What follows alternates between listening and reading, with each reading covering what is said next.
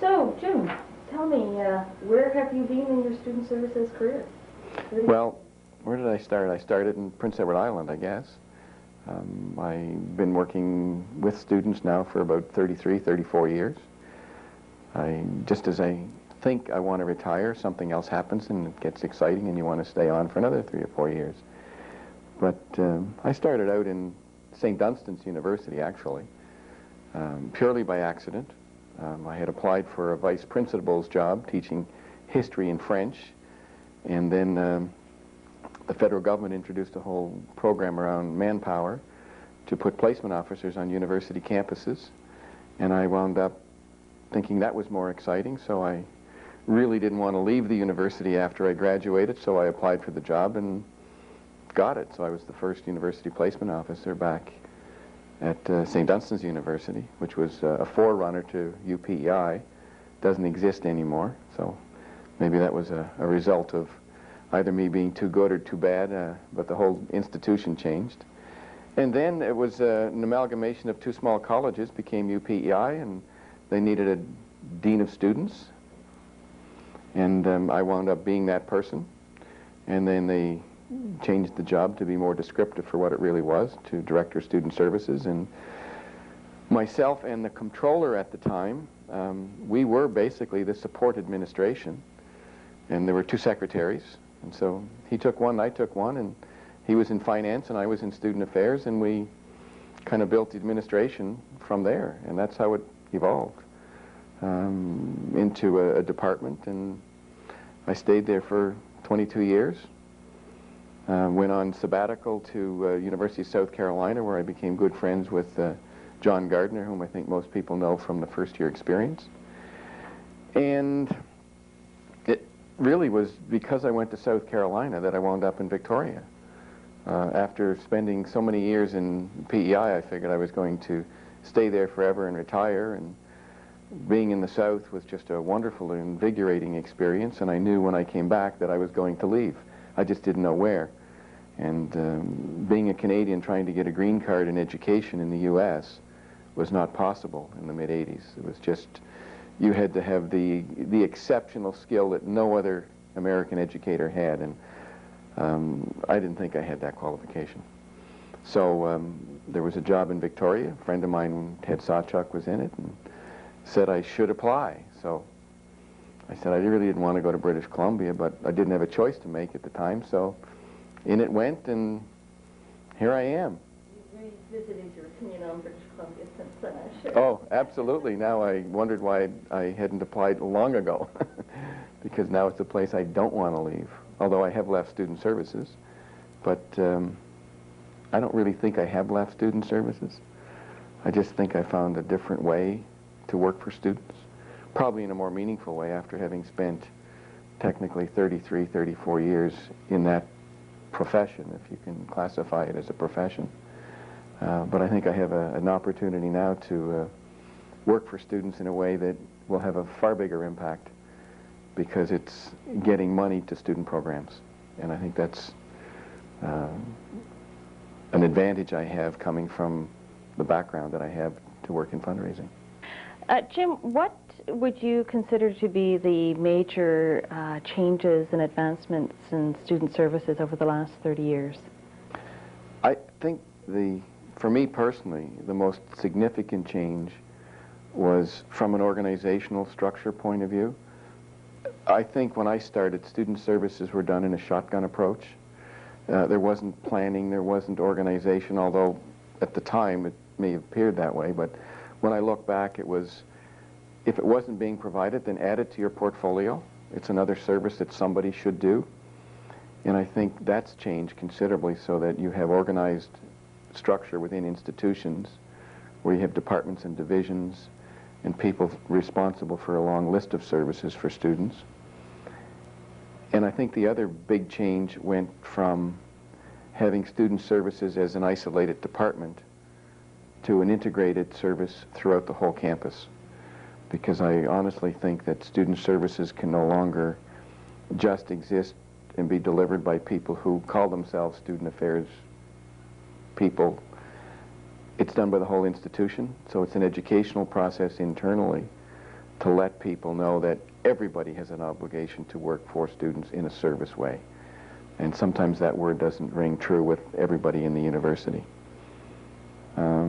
I think another major one was the introduction of the first-year experience as a program, the introduction of credit courses that students could take, transition courses, programs that would ease their way into the university, delivering student services from a classroom setting for the first time.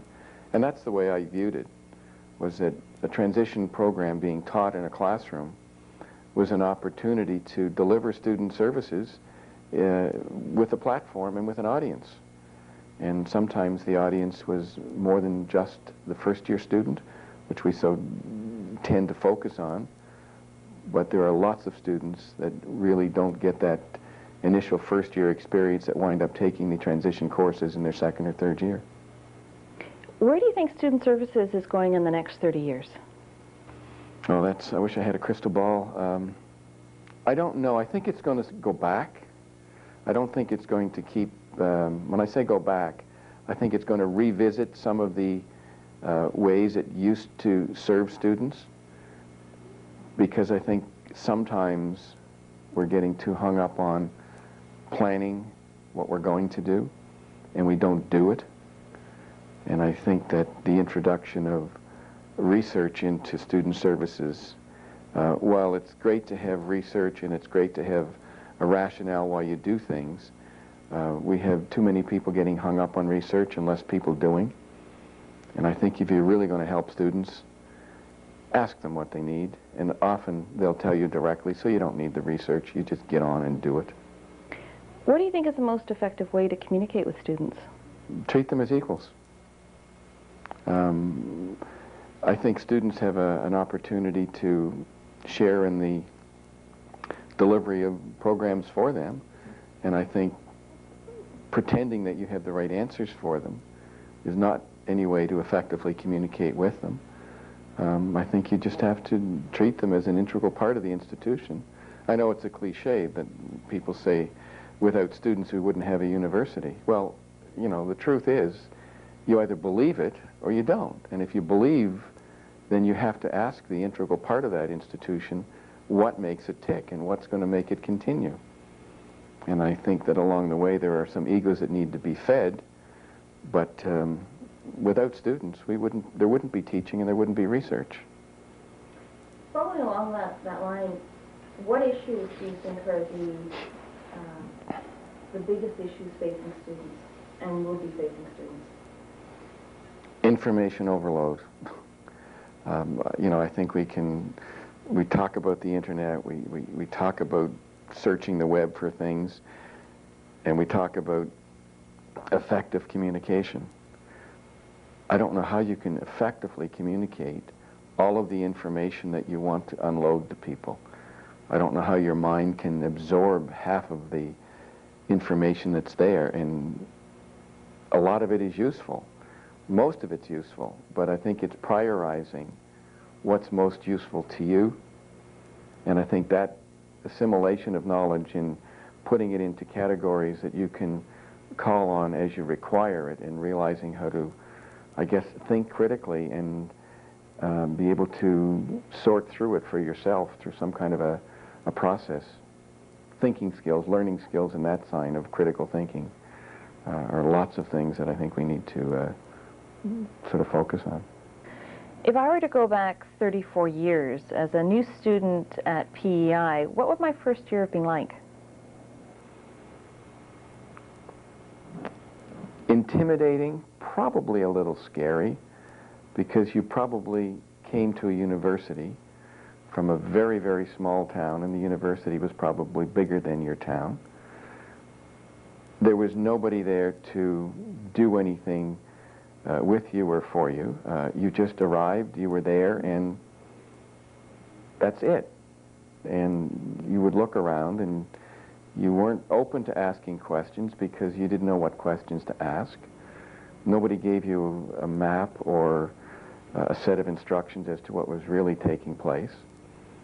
You probably had to find your way to a residence, and there would be somebody in that residence that had your name on a list, and they knew you were coming today or yesterday, and you'd hopefully find a room.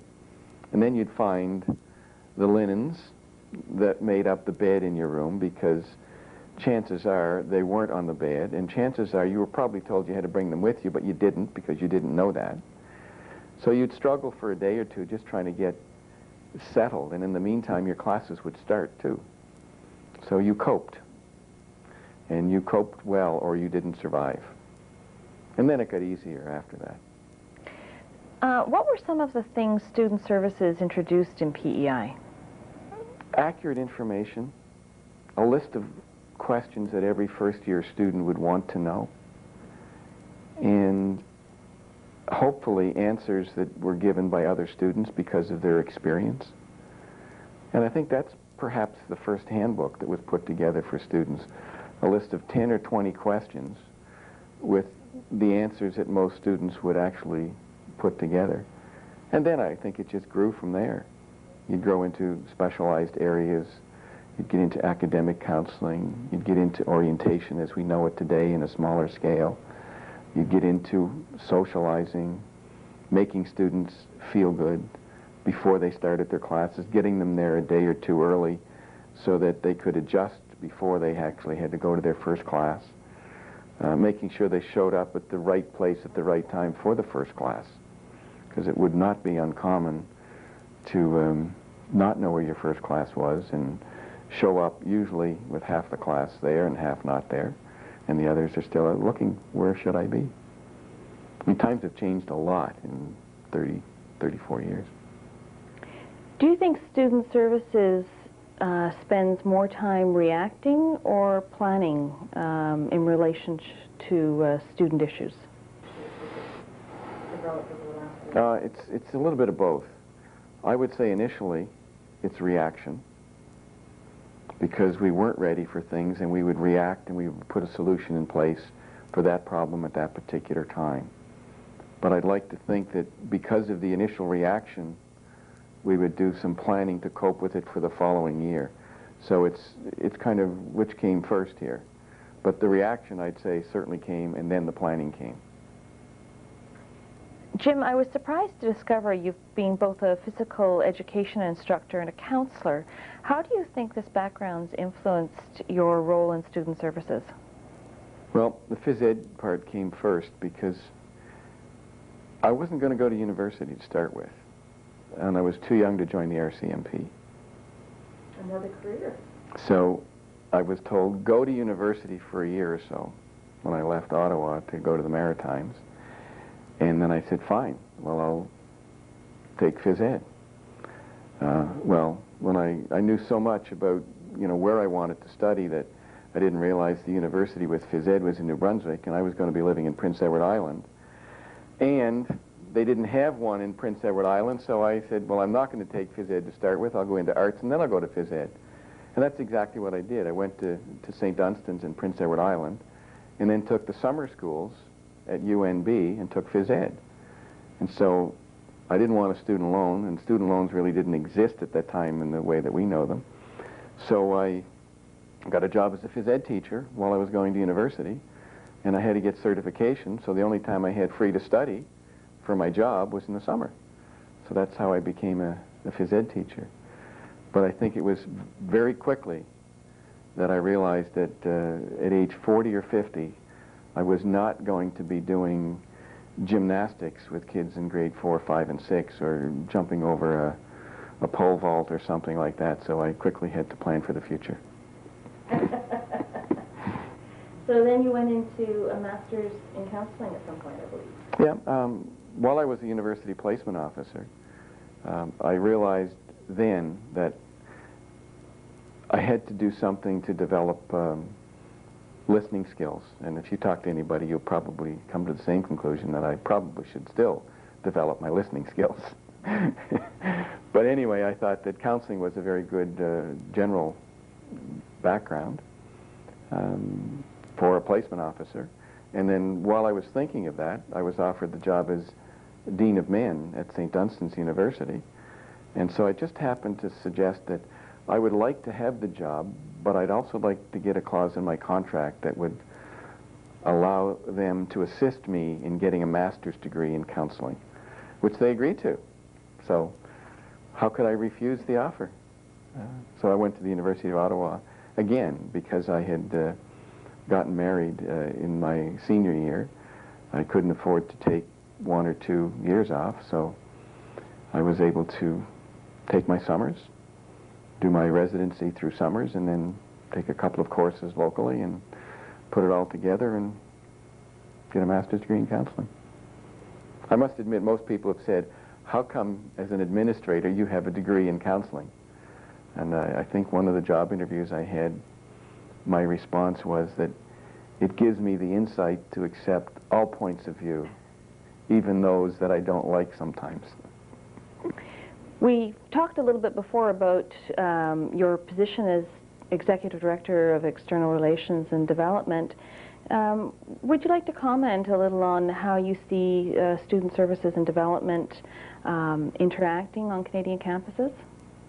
Again, for me, it's an ironic evolution because I started raising funds as a Director of Student Services. And I think what I was able to see then was that funding on a university campus for student services is a very contentious issue. You're always competing with money, or with other departments for money. In fact, you're competing with academic departments for teaching dollars, for research dollars. And frankly, if the majority of the institution is made up of people who are devoted to teaching and research and not providing service in the true sense of it, I don't think you're ever going to win that argument. And so after a while, I just got a little tired of always fighting the budget all the time and looking to other sources. And so why not into fundraising? Why not into grants, applications, corporate dollars, whatever? So nobody else was doing it, so why not? So I started doing it that way. And the ironic part is that now that I'm in fundraising, I don't want anybody in the other part of the house raising dollars and cents unless they've cleared it through here. Jim, could you also talk about how student services relationship has changed with senior university administration over the last 30 years? I would say student services is in a better relationship. It's a more solid relationship. I think as the university evolved, they saw how student services made students better students. And I think a lot of that had to do with the introduction of programs in transition programs, first-year experience programs. And I know for me that was probably the greatest single change in how I got along with senior administration back at UPEI. I started a course called University 100, Introduction to University. And this came out of the relationship which I developed at that time with John Gardner at the University of South Carolina. And I invited him to a conference. In fact, it was a Caucus conference that he spoke to, the place to be in 73, or in 83, sorry, back in Prince Edward Island. And so he came as a speaker. We developed a relationship. I went there, spent a year, and came back and started this course. But it was the credit course that really made the difference, because coming from a student services background, I'm not supposed to know things about credit and academic credit and stuff like this. So I got the Dean of Arts at the time and the registrar and a couple of other people on the Senate to buy into it, and they actually made the presentation. So therefore, I didn't really make the presentation. In fact, we were looking for a 3-credit-hour course, and because of the material we presented, it was the Senate at the time that said, you can't possibly deliver this in 3 hours. You need a 6-credit-hour course. So when I was looking for a half-year course, wound up with a full-year course.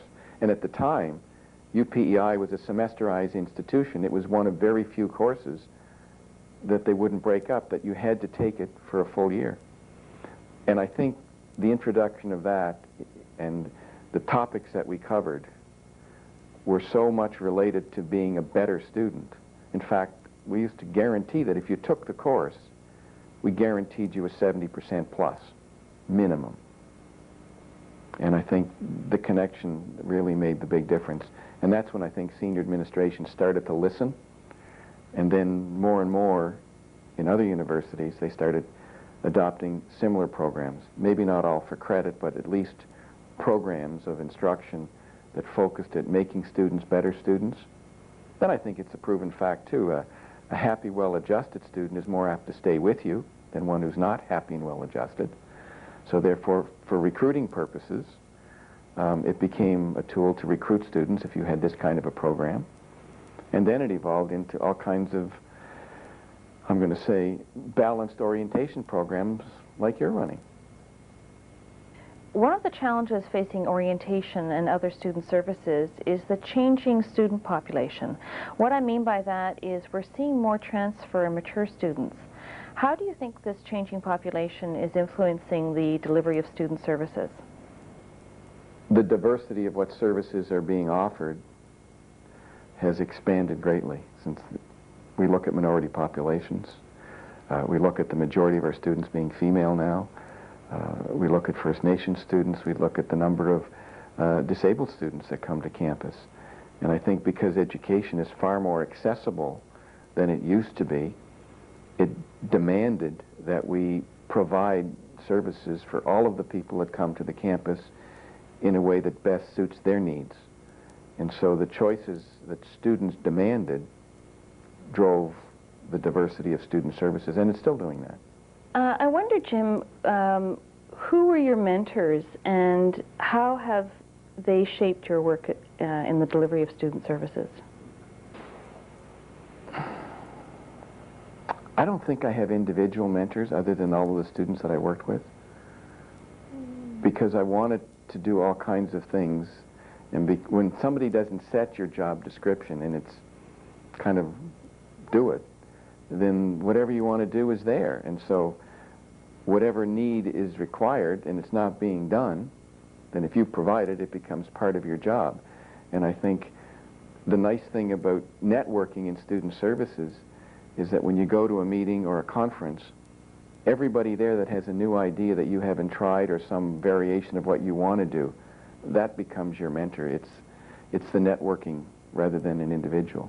Although there is one individual, I think, that seriously changed the way I view student services, and that was a friend of mine, Ken Long. In the early 80s, he was the Dean of Students at the University of Windsor, and he started a program called Studentship. It was a non-credit program delivered with a brown bag lunch in an amphitheater style at the University of Windsor, talking about skill development, and it was purely open and voluntary. And I'd say he really started what we now know as the first-year experience in Canada, and it was because of him and his influence. In fact, I invited him to come to UPEI in the early 80s, and then I invited 12 of my colleagues from the Maritimes to come over and spend 2 days in a workshop with Ken so we could develop the whole concept of studentship. And I'd say he was probably a big influence and had a great impact on the way I changed the delivery of student services for myself personally. And then he passed away, heart attack, about 7 or 8 years ago. How have you seen Caucus change in the last 34 years, and what has your involvement with Caucus meant to you as a student services professional? Caucus has always been like a security blanket because you knew that you would find people there that agreed with you, that shared the same values, the same topics that you wanted to develop, because often when you went to a campus, you were isolated because of the size and the definition of student services. And that's something that's different. The word student services takes on a localized meaning depending on what university you're on. A good friend of mine, Bill Stewart, who recently retired from Simon Fraser, when I moved to Victoria, he said, finally, I've got somebody in the West that shares what I want to do, because Bill would find his solitude and excitement when he'd go to a Caucus conference, because it wasn't a big deal. And so Caucus, in that sense, was a rallying point. It was a place where you could recharge your batteries on an annual basis and then go back to wherever you had to go to.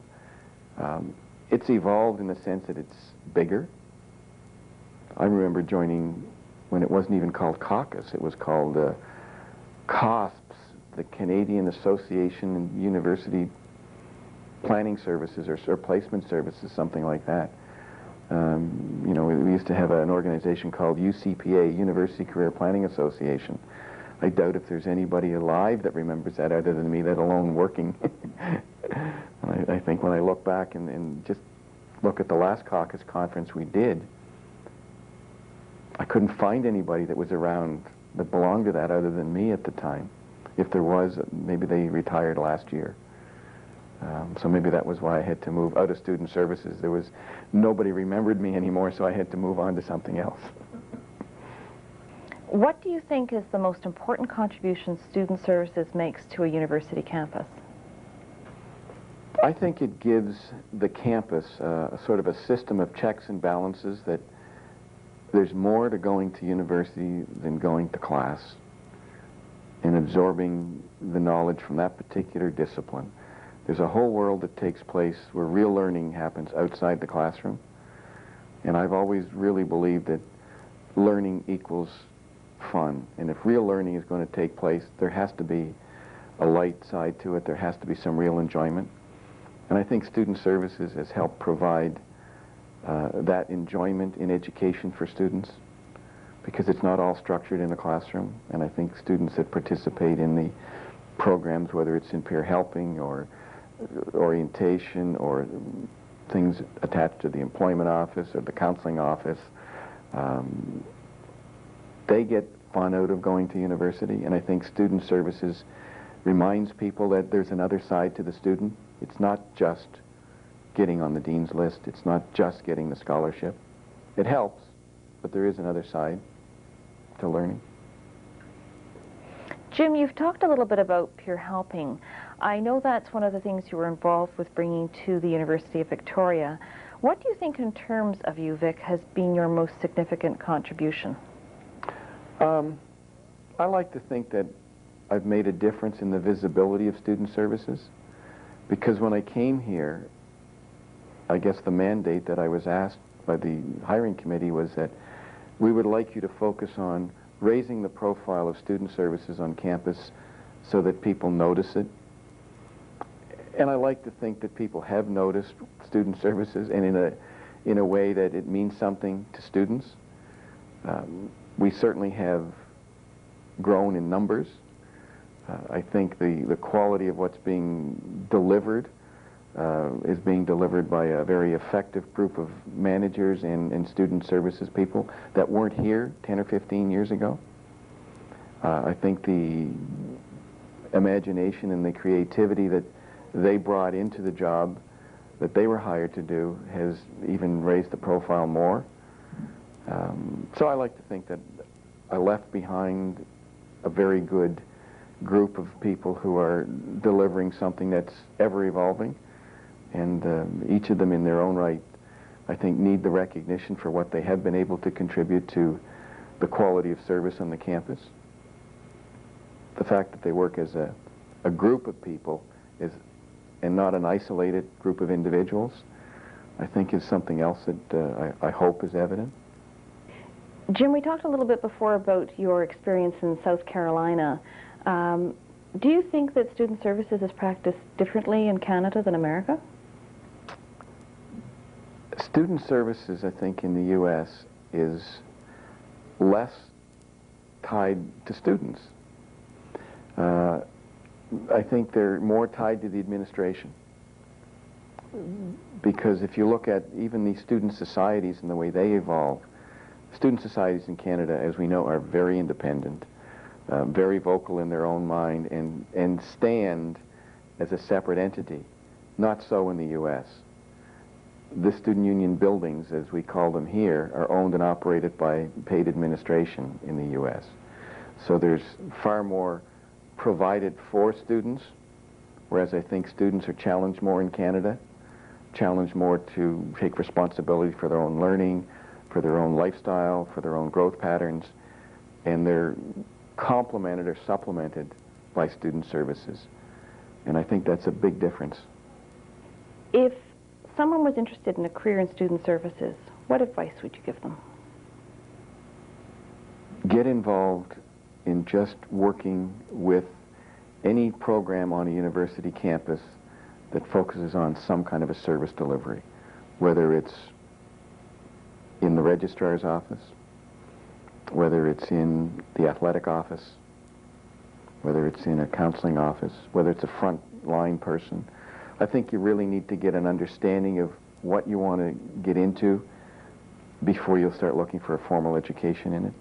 And you'll find lots of people that will debate whether you need a master's degree in student services, in something along that line, or it's a formal profession by itself. And I remember sitting on a panel one time that having a specialized degree in student services was a restriction. And it didn't allow me to be the GP that you have to be an effective student services worker.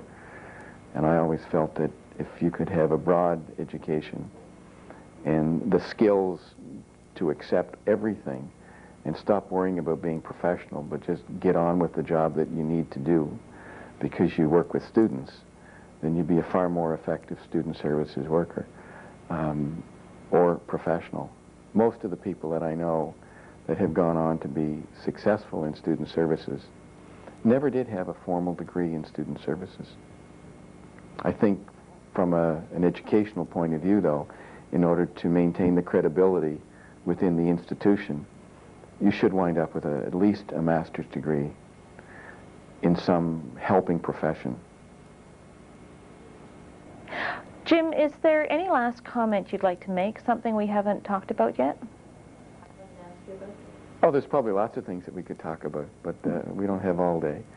I think for me, now being in this position as Executive Director of Development and External Relations, I've realized perhaps 34 years later that the real Department of Student Services depends on the way the institution treats students.